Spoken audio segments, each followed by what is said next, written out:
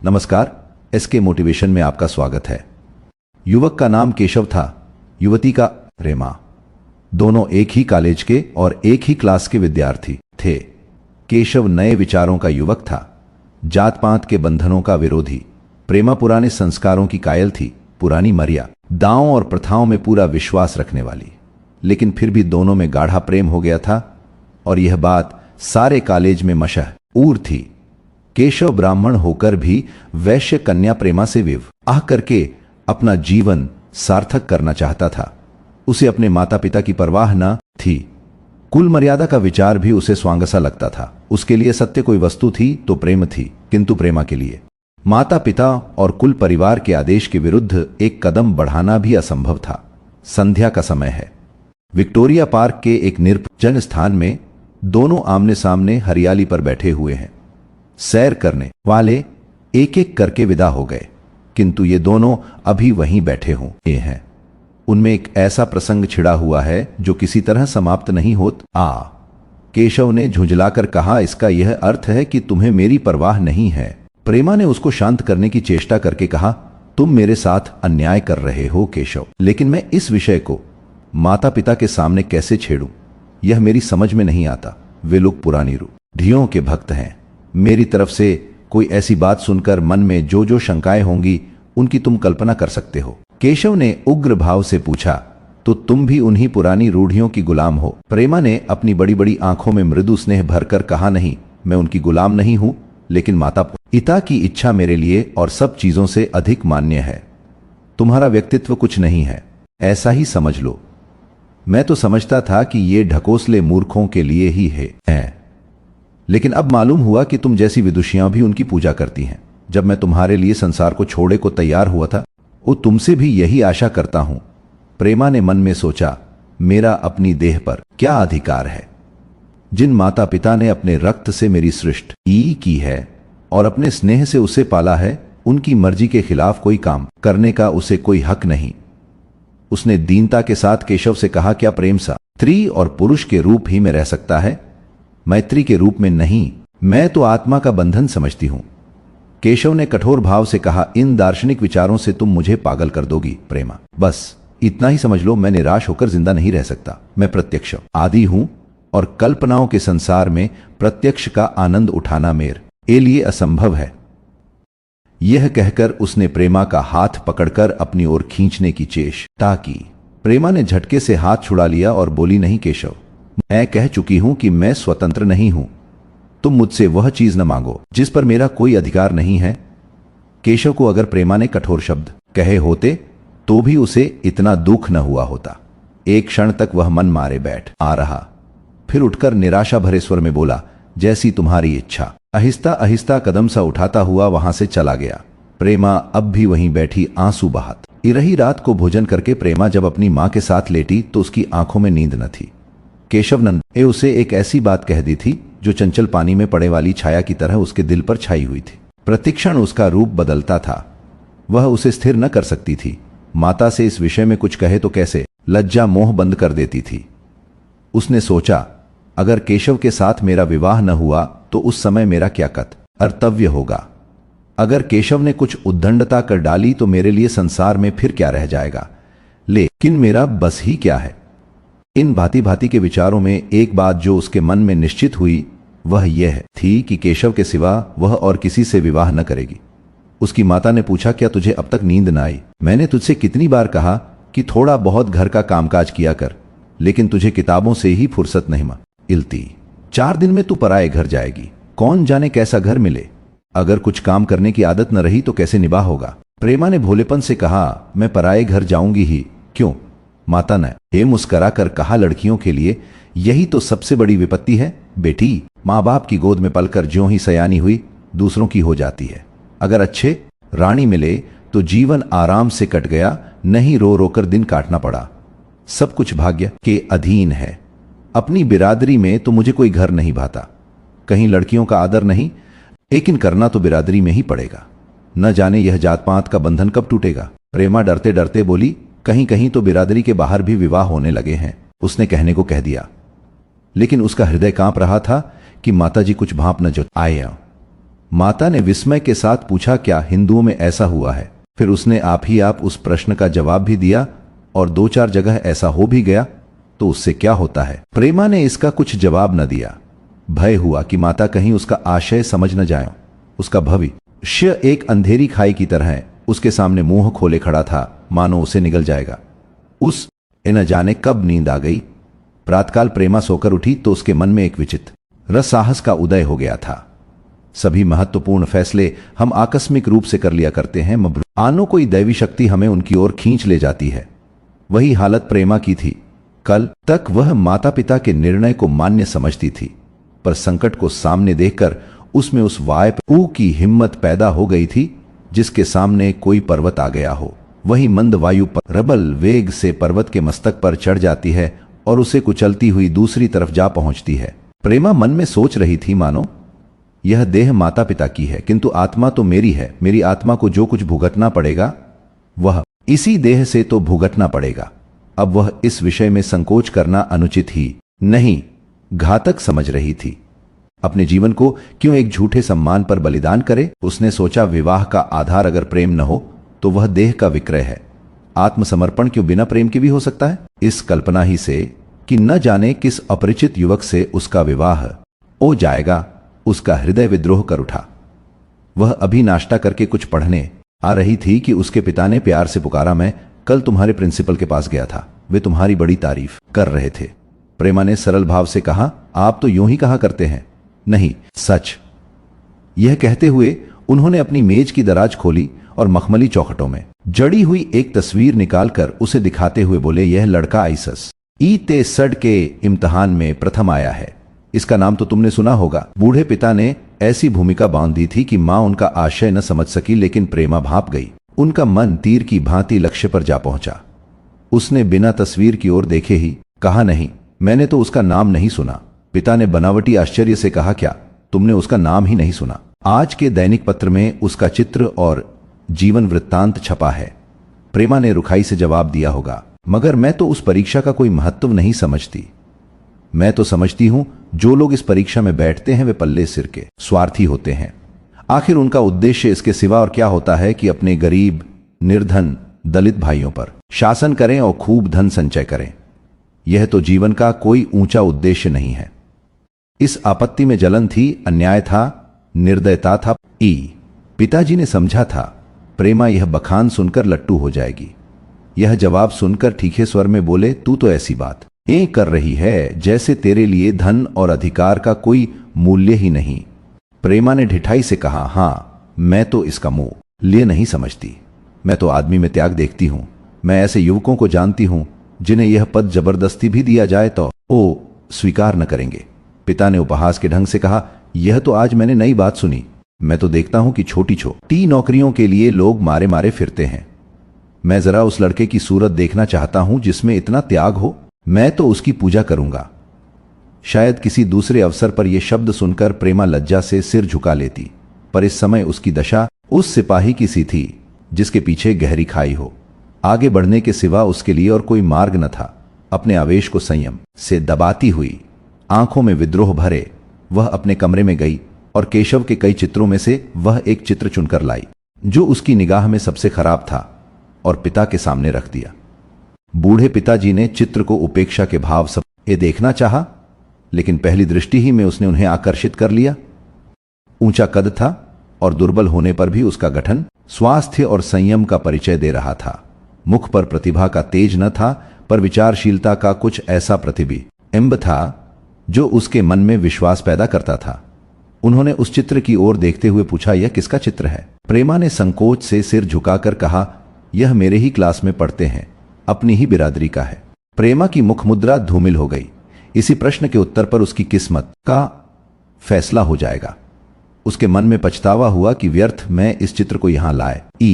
उसमें एक क्षण के लिए जो दृढ़ता आई थी वह इस पैने प्रश्न के सामने कातरा उठी। दबी हुई आवाज में बोली, जी नहीं, वह ब्राह्मण है। और यह कहने के साथ ही क्षुब्ध होकर कमरे से निकल गई, मानो यहां की वायु में उसका गला घुटा जा रहा हो, और दीवार की आड़ में होकर रोने लगी। लालाजी को तो पहले ऐसा क्रोध आया कि मां को बुलाकर साफ साफ कह दें कि यह असंभव है।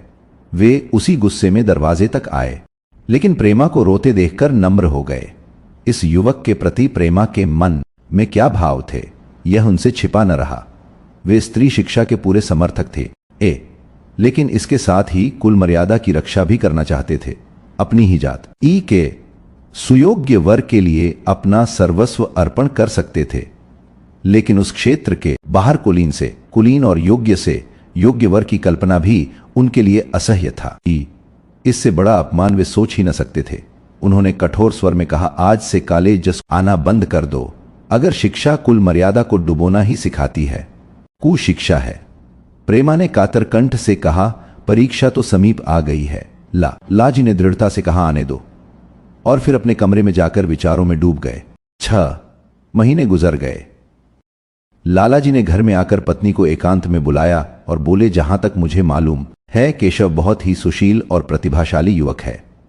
मैं तो समझता हूं प्रेमा इस शोक में घुल घुल कर राण दे देगी। तुमने भी समझाया, मैंने भी समझाया, दूसरों ने भी समझाया, पर उस पर कोई असर ही नहीं होता। ऐसी दशा में हमारे लिए और क्या उपाय है? उनकी पत्नी ने चिंतित भाव से कहा, कर तो दोगे, लेकिन रहोगे कहां?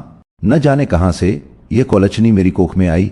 लालाजी ने भवें सिकोड़कर तिरस्कार के साथ कहा, यह तो 1000 दफा सुन चुका, लेकिन कुल मर्यादा के नाम को कहां तक रोएं? चिड़िया का पर खोलकर यह आशा करना कि वह तुम्हारे आंगन में फुदकती रहेगी भ्रम है।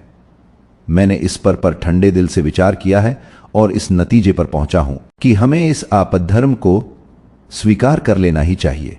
कुल मर्यादा के नाम पर मैं प्रेम की हत्या नहीं कर सकता।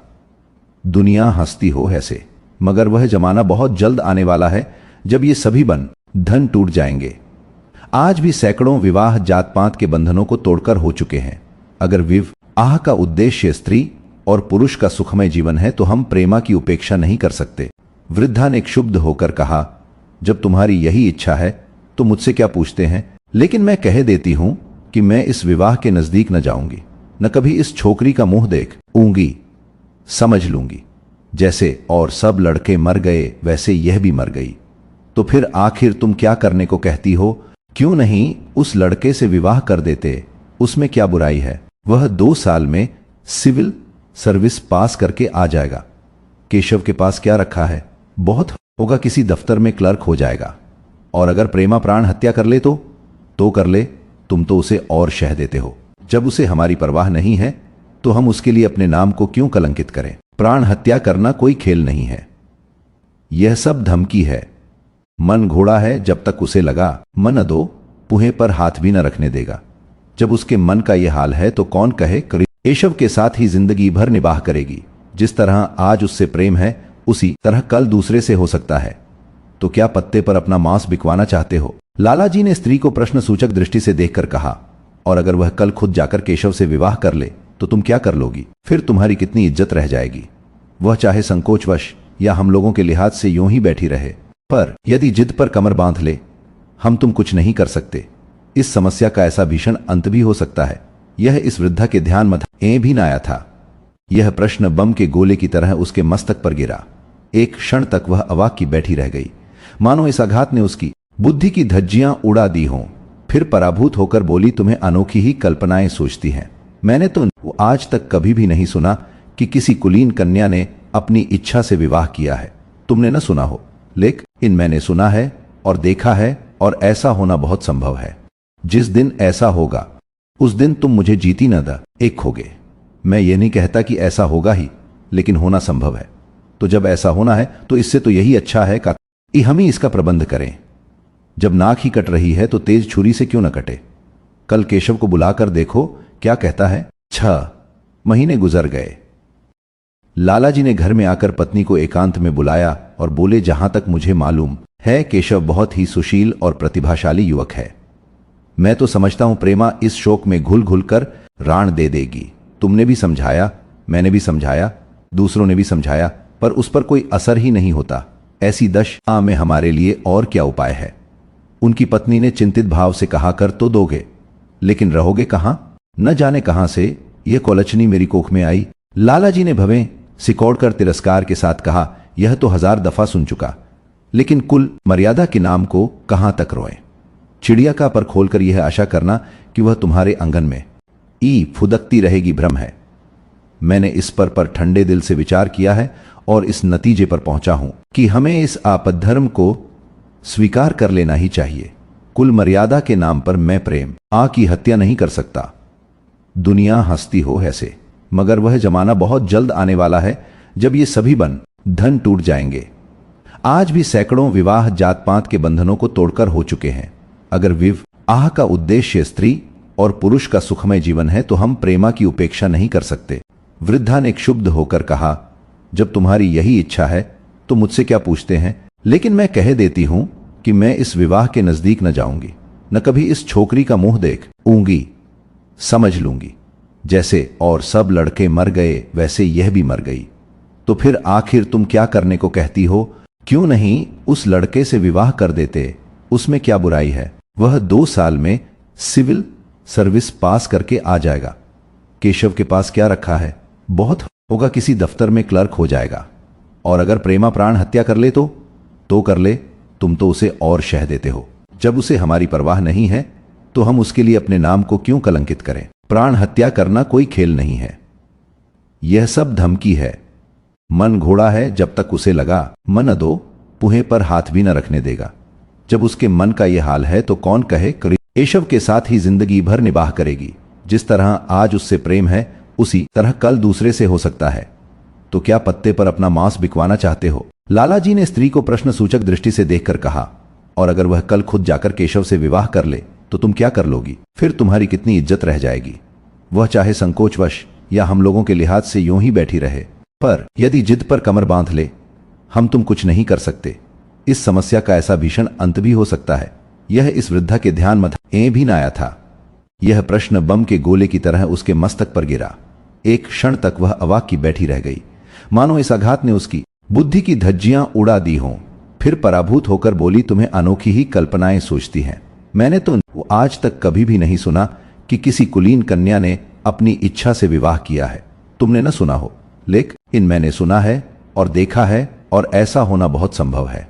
जिस दिन ऐसा होगा उस दिन तुम मुझे जीती न एक खोगे। मैं ये नहीं कहता कि ऐसा होगा ही, लेकिन होना संभव है। तो जब ऐसा होना है तो इससे तो यही अच्छा है कि हम ही इसका प्रबंध करें। जब नाक ही कट रही है तो तेज छुरी से क्यों न कटे? कल केशव को बुलाकर देखो क्या कहता है। दूसरे दिन प्रेमा ने केशव के नाम यह पत्र लिखा, प्रिय केशव, तुम्हारे पूज्य पिताजी ने लालाजी के साथ जो अशिष्ट और अपमानजनक व्यवहार किया है उसका हाल सुनकर मेरे मन में बड़ी शंका उत्पन्न हो रही है। शायद उन्होंने तुम्हें भी डांट फटकार बताई होगी। ऐसी दशा में मैं तुम्हारा निश्चय सुनने के लिए विकल हो रही हूं। तुम्हारे साथ हर तरह का कष्ट झेलने को तैयार हूं। मुझे तुम्हारे पिताजी की संपत्ति का मोह नहीं है, मैं तो केवल तुम्हारा प्रेम चाहती हूं और उसी में प्रसन्न हूं। आज शाम को यहीं आकर भोजन करो। दादा और मां दोनों तुमसे मिलने के लिए बहुत इच्छुक हैं। मैं वह स्वप्न देखने में मग्न हूं जब हम दोनों उस सूत्र में बांध जाएं, जो टूटना नहीं जानता, जो बड़ी से बड़ी आपत्ति में भी अटूट रहता है। तुम्हारी प्रेमा। संध्या हो गई और इस पत्र का कोई जवाब न आया। उसकी माता बार बार पूछती थी, केशव आए नहीं? बूढ़े लाला भी द्वार की ओर आंख लगाए बैठे थे। यहां तक कि रात के 9 बज गए पर न तो केशव ही आए न उनका पत्र। प्रेमा के मन में भांति भांति के संकल्प विकल्प उठ रहे थे। कदाचित उन्हें पत्र लिखने का अवकाश न मिला होगा, या आज आने की फुर्सत न मिली होगी, कल अवश्य आ जाएंगे। केशव ने पहले उसके पास जो प्रेम पत्र लिखे थे उन सबको उसने फिर पढ़ा। उनके एक एक शब्द से कितना अनुराग टपक रहा था, उनमें कितना कंपन था, कितनी विकलता, कितनी तीव्र आकांक्षा। फिर उसे केशव के वे वाक्य याद आए जो उसने सैकड़ों ही बार कहे थे। कितनी बार वह उसके सामने रोया था। इतने रमाणों के होते हुए निराशा के लिए कहां स्थान था, मगर फिर भी सारी रात उसका मन जैसे सूली पर टंगा रहा। प्रातकाल केशव का जवाब आया।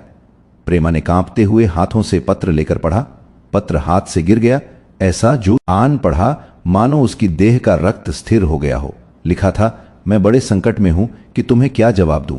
मैंने इधर इस समस्या पर खूब ठंडे दिल से विचार किया है और इस नतीजे पर पहुंचा हूं कि वर्तमान दशाओं में मेरे लिए पिता की आज्ञा की उपेक्षा करना दुस्सह है। मुझे कायर न समझना, स्वार्थी भी नहीं हूं, लेकिन मेरे सामने जो बाधाएं हैं उन पर विजय पाने की शक्ति ई मुझ में नहीं है। पुरानी बातों को भूल जाओ। उस समय मैंने इन बाधाओं की कल्पना न की थी। प्रेमा ने एक लंबी गहरी जलती हुई सांस खींची और उस खट को फाड़कर फेंक दिया। उसकी आंखों से अश्रुधार बहने लगी। जिस केशव को उसने अपने अंतकरण से वर लिया था वह इतना निष्ठुर हो जाएगा, इसकी उसको रत्ती भर भी आशा न थी।